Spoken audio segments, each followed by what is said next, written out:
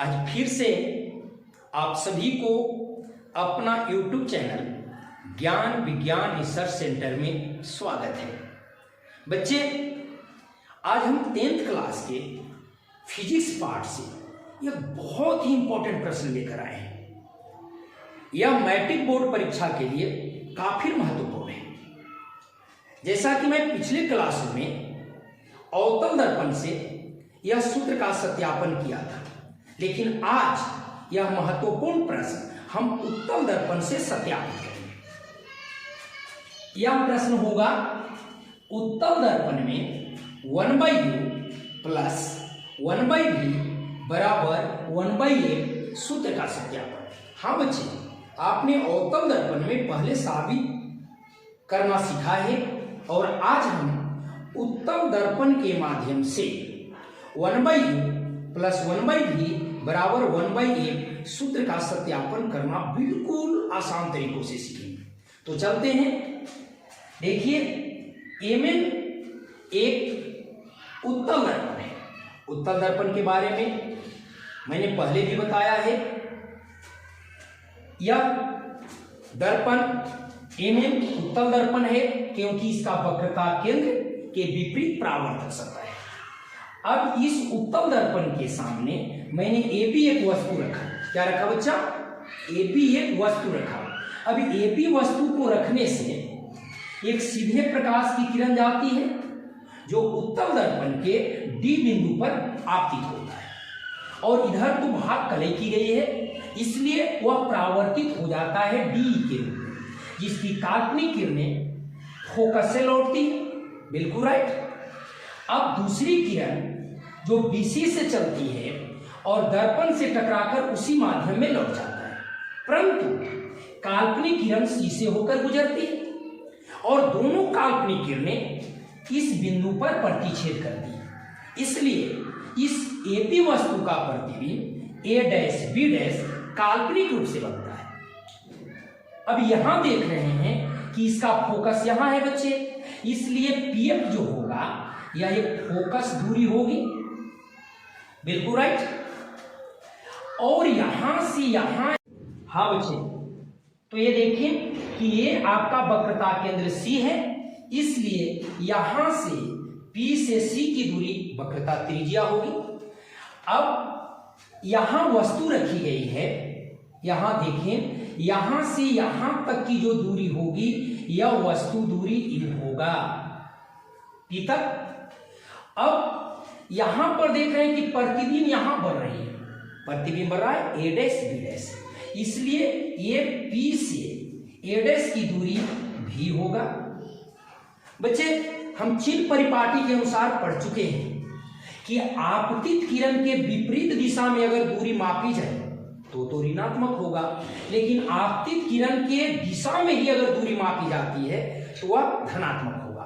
तो देख रहे हैं कि फोकस दूरी, वक्रता त्रिज्या और प्रतिबिंब दूरी सब आपतित किरण की दिशा में मापी जा रही है बच्चे, इसलिए इसका चिन्ह धनात्मक होगा। परंतु बच्चे, जो वस्तु रखी गई है ना, इसकी जो दूरी है वह आपतित किरण की विपरीत दिशा में है, अतः यह निगेटिव होगा। तो चलिए, जो भी हमने फिगर में देखा अब उसको बारी बारी से बोर्ड पर आते हैं। देखते हैं जो चीजों को मैंने समझाया उसी चीजों को ही बोर्ड पर लिख रखा है। क्या लिखा? माना कि Mn एक उत्तल दर्पण है। बिल्कुल राइट। जिसका वक्रता केंद्र C है और ध्रुव P है। वक्रता केंद्र C है और ध्रुव P है। उत्तल दर्पण के सामने AP वस्तु को रखने पर, जब हम AP वस्तु को रखते हैं तो चित्रानुसार प्रतिबिंब बच्चे A' B' आभासी, सीधा और वस्तु से छोटा बनती है। बिल्कुल राइट।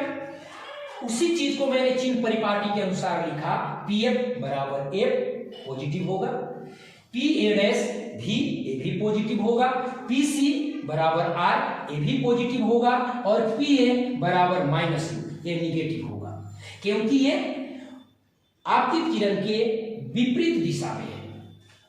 अब यहां हम देखते हैं BAC जो त्रिभुज है वो BA' C के समरूप है। समरूप मैंने पीछे क्लास में बताया है, जब ये दोनों त्रिभुज समरूप होंगे तो इसकी भुजा का अनुपात बराबर होगा AB बटा A डैश B डैश बराबर AC बटा A डैश C।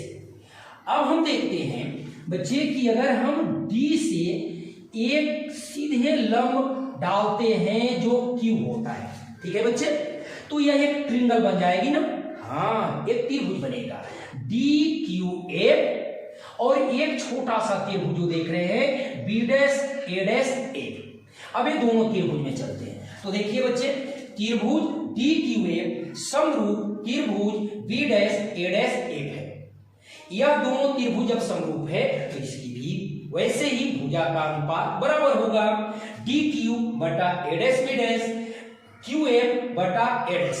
ठीक है, अब हम देख रहे हैं कि ये जो BD है वह AC के बिल्कुल समानांतर है। ठीक है, और जब समानांतर होती है तो बीच की लंबवत दूरी जो होती है वो बराबर होती है। इसका मतलब AB जो है वो DQ के बराबर होगा। तो देखिए बच्चे, यह BD जो है वो समानांतर AC का है, इसलिए AB बराबर होगा DQ का।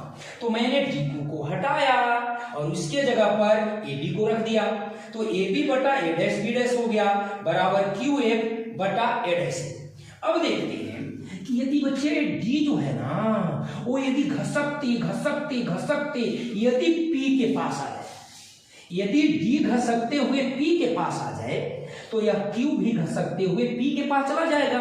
एकरा मतलब हुआ कि QF जितनी होगी ना वही लंबाई होगा PF। तो यही बात मैंने लिखा है कि यदि D P के बहुत निकट हो तो क्या होगा, QF बराबर PF हो जाएगा। हाँ बिल्कुल राइट। अब AB बटा A डैश B डैश और हमने इस QF को हटाकर PF रख दिया तो PF बटा A डैश F हो गया। ये दूसरा इक्वेशन लिख दिया।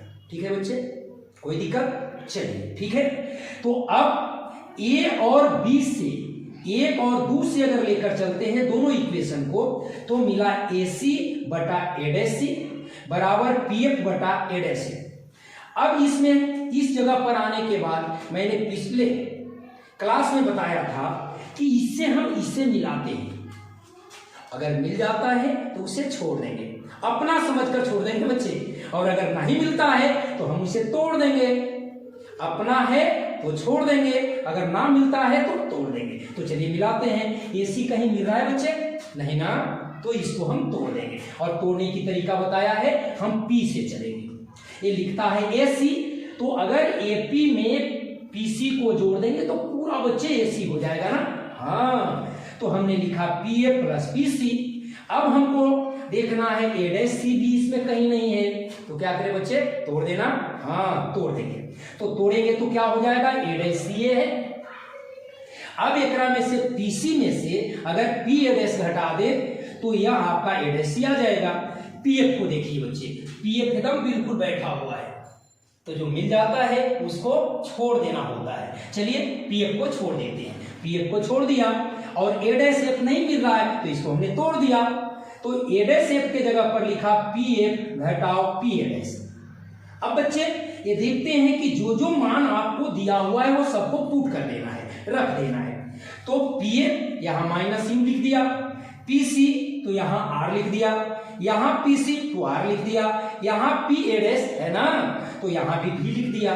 अब यहाँ PF का वैल्यू F है तो F लिख दिया, PF तो F है और यहाँ PA डैश V है तो V लिख दिया।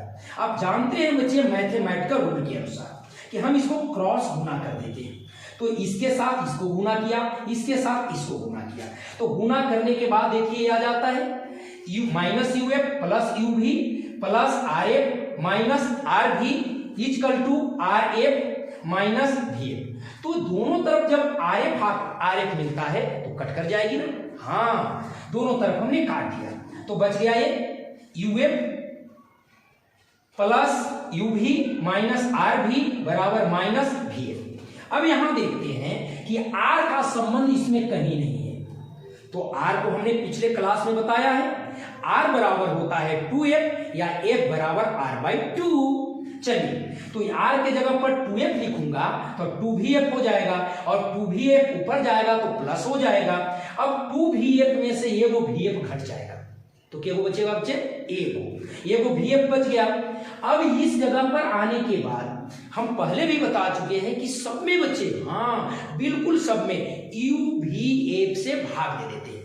तो मैंने लिखा सभी में uvf से भाग देने पर, तो भाग देने के बाद uf कट करके बच जाएगा -1/v, और इसमें से uv कट करके बच जाएगा 1/f, बिल्कुल राइट, और इसमें uv कट करके बच जाएगा 1/v। अगर हम 1/v को उधर ले जाते हैं तो हम जानते हैं इधर माइनस में है, उधर जाएगा तो प्लस में होगा, तो 1/u प्लस 1/v हो जाएगा, और इधर अकेले बच जाएगा 1/f, तो सीध हो गया 1/u प्लस 1/v बराबर 1/f। बच्चे यही हमें साबित करना था उत्तल दर्पण में 1/u प्लस 1/v बराबर 1/f, जो बिल्कुल सरल तरीका से आपने सीखा। ये बोर्ड परीक्षा के लिए काफी महत्वपूर्ण है। अवतल दर्पण से भी उत्तल दर्पण से भी दोनों आपको हमने क्लासों में बताया। आज हमने उत्तल दर्पण से सत्यापित की 1/u प्लस 1/v बराबर 1/f। बच्चे आज यहीं तक। यदि आपकी पढ़ाई अच्छी लगी हो तो आप इस अपना YouTube चैनल को लाइक, सब्सक्राइब एवं शेयर जरूर करें। धन्यवाद।